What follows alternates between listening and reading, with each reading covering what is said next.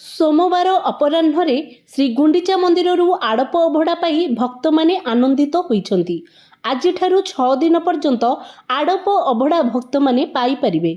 आड़प अभड़ा पाई पूर्वरु सुआर महासुआर पक्षरु समस्त प्रस्तुति करा जायतिला। आड़प मंडप निकटरे माँ विमलांक खंभ रहिछि। चतुर्धा मूर्ति को भोग परे माँ विमला को समर्पण करा जाय परे एहा महाप्रसाद भावे भक्त माने सेवन करिथांती। आड़प अभड़ा ब्राह्मण भोजन कराई दान दक्षिणा देले महापुण्य होइथाय बोली विश्वास रहिछि। इंद्रद्युम्न पुष्करिणी रे स्नान और आड़प मंडपरे श्रीजीव दर्शन सह आड़प अभड़ा ब्राह्मण भोजन सेवन कराइले कोटि पुण्य मिलिथाय।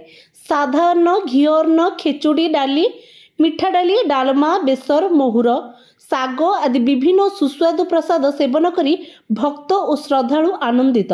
हजार हजार भक्त सिंहद्वार द्वार दे आड़प दर्शन करने अभड़ा धरी घर को फेरुवा देखा देइछि।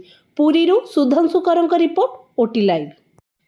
अधिक खबर जानिबा पई आम चैनल को लाइक और सब्सक्राइब करने सह एहाकु शेयर करंतु।